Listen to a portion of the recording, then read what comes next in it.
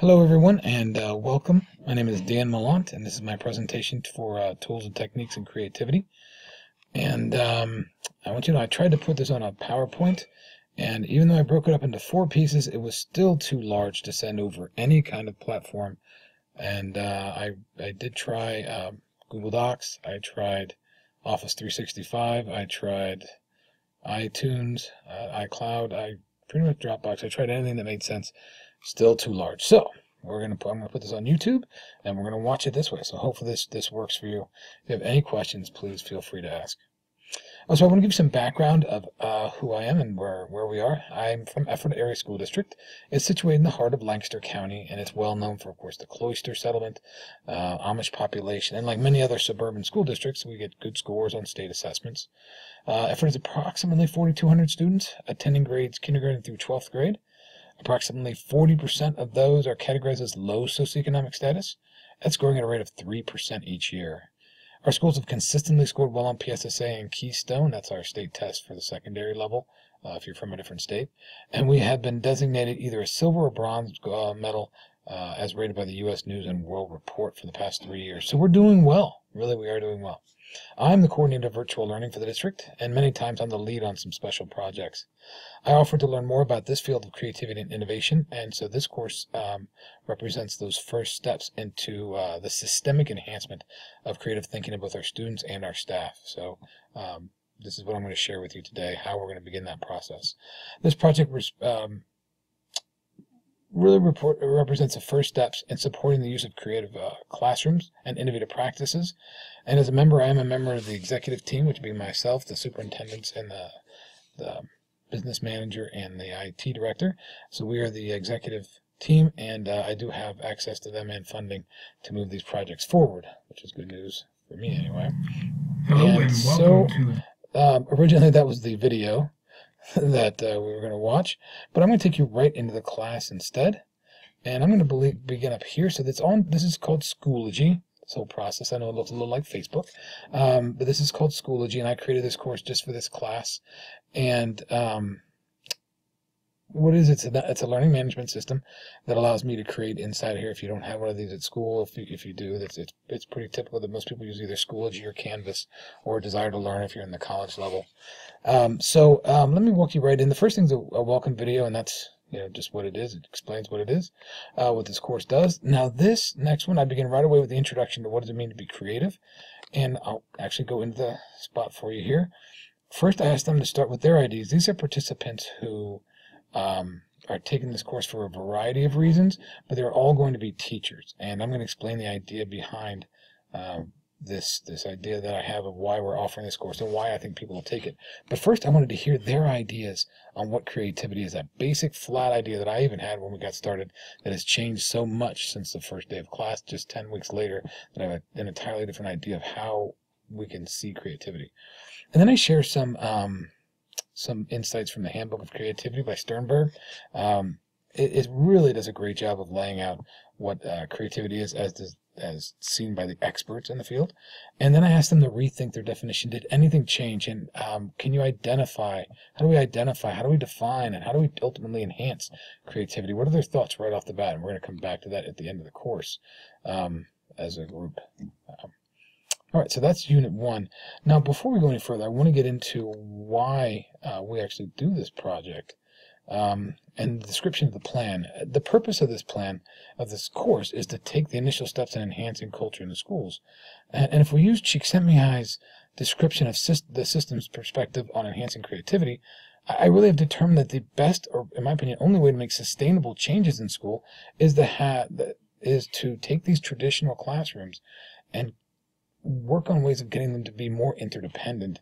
And as a school district, we are doing that. But I felt like most of the things we do don't lead to interdependence. We have PLCs, professional learning communities, but that really at the infancy stage of that. And what I want to do is influence our most motivated teachers first, which is something that Csikszentmihalyi has said as well, and then create a system that incentivizes the sharing of information. Now, incentivizing means that we are using extrinsic motivation, which I know can be has proven not to work, But if you read the research on it, they share that extrinsic motivation can work.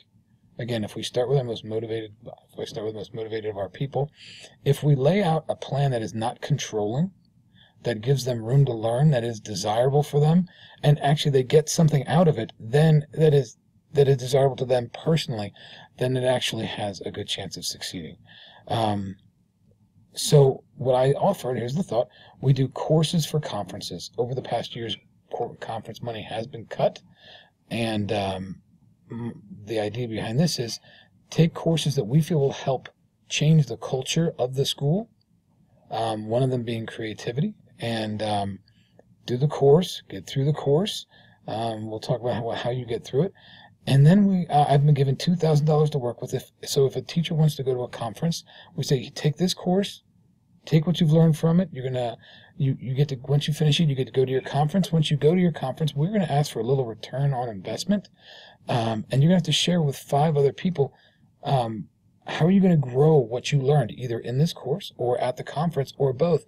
But they must be shown how you're going to do it before you get to, we actually sign off on paying for the course. You must go through this last step. And I know that seems a bit forced at times, but I'm more hoping that begins to spread of this. We want to invest in research and design, and we want the R&D, and we want the return on investment, and we're willing to give incentives to do that. And hopefully this will be part of that. And so part of that will be the perception of how this rolls out. But I can work on that a little later.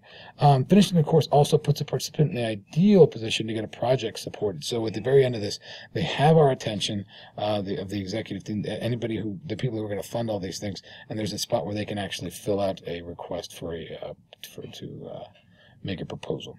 All right, so going back to the course, that was Unit 1. Now we're going to move. So this is actually Unit 1, called Creativity and Innovation. And the essential question, EQ, is what is the difference between being creative and being innovative, and how do we enhance our professional lives and the lives of our students with the creativity and innovation?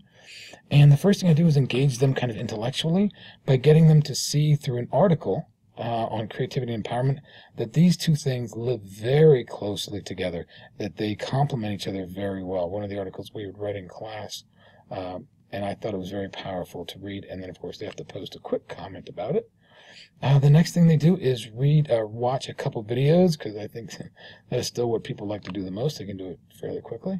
The first one is David Kelly and How to Build Your Creative Confidence, actually using what vocab we should be using, how we can design classrooms that are more creative. And then there's Ken Robinson asking the ultimate question: do schools kill creativity? And I hate to, spoiler alert, the answer is yes, but we can fix that. And then I asked them to do a video discussion. Oh, and by the way, for the TED Talk where they watch, instead of having them post their thoughts, I had them actually do a Twitter hashtag on there, because I wanted to get the concise about the responses and get them kind of excited about how they're doing their responses. This last part, now we want you to post a video like a confessional, and in Schoology it's really easy. So you just click in here, and then you hit this microphone, and it's going to ask you, do you want to do an audio or video, and you can do it right then and there. Okay? Hello from downstairs. Okay, so so now let's go back to the classroom.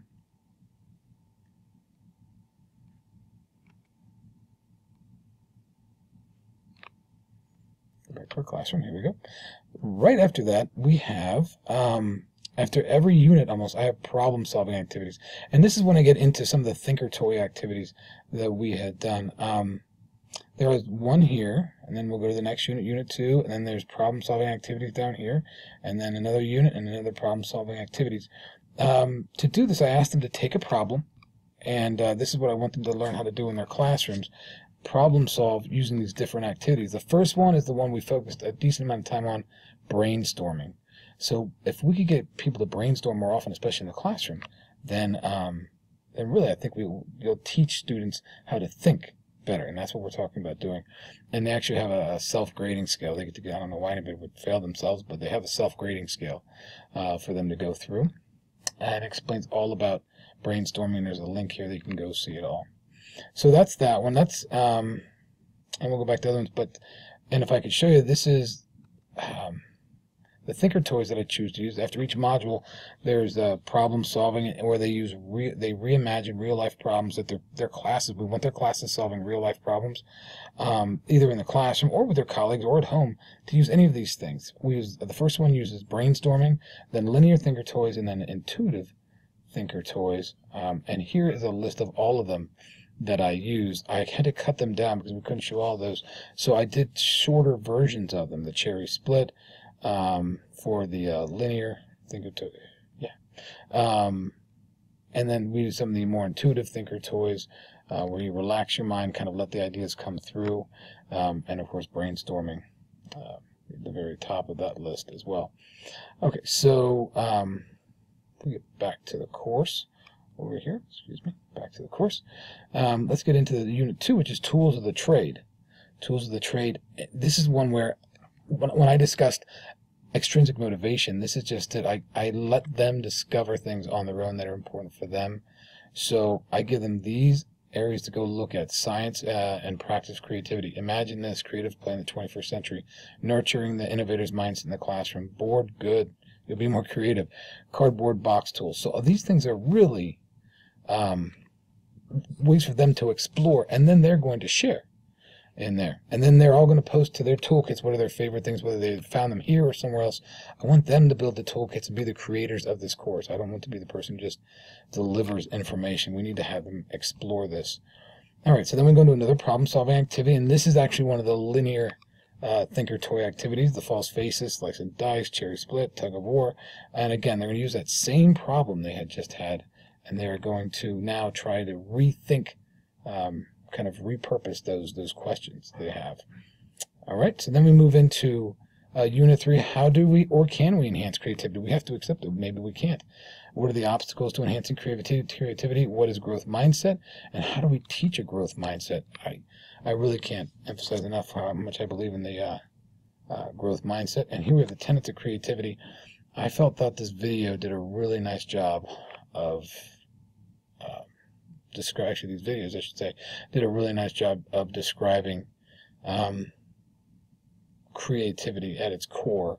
And so it's Shonda Rhimes, my year of saying yes to everything, the keys to grit. We talk about grit, and then this Eduardo Briseño is talking about the growth mindset. I think he does an excellent job of doing that. So then I take them to building the mindset. Now let's synthesize. I asked them to take those and synthesize them all together. I just reposted them here again, and then posted a couple more on here, and then answer the following questions. How might your classroom or your unintentional actions be stifling creativity, which is kind of that whole idea of the growth mindset? What steps can you take tomorrow to begin changing? And what kind of assessments can you create to promote growth mindset? So again, and here's a growth mindset lesson plan for them to use, and it actually helps them to build in the classroom itself. So although that looked like a small unit, it is not. It actually has a lot of meat to it, and it's going to take a little bit of time to move through and digest. All right, so the next one is another problem-solving activity. Come right back again, and these are the actual intuitive ones. So again, you took that problem, you brainstormed ways around it, then you did some linear thinker toy activities. These are the ones that are more intuitive: relaxation, intuition, incubation, analogies, fantasy questions, paradoxes. Those kinds of things are a little more make you a little more fluid about the way you think. Right, so we get through that, and we move into project-based learning. I just don't believe we can do creative work without project-based learning. And this video actually does a good job, and I think we're gonna. I think it does a nice job of describing project-based learning, again by Mahlandt Csikszentmihalyi. I'm saying that right.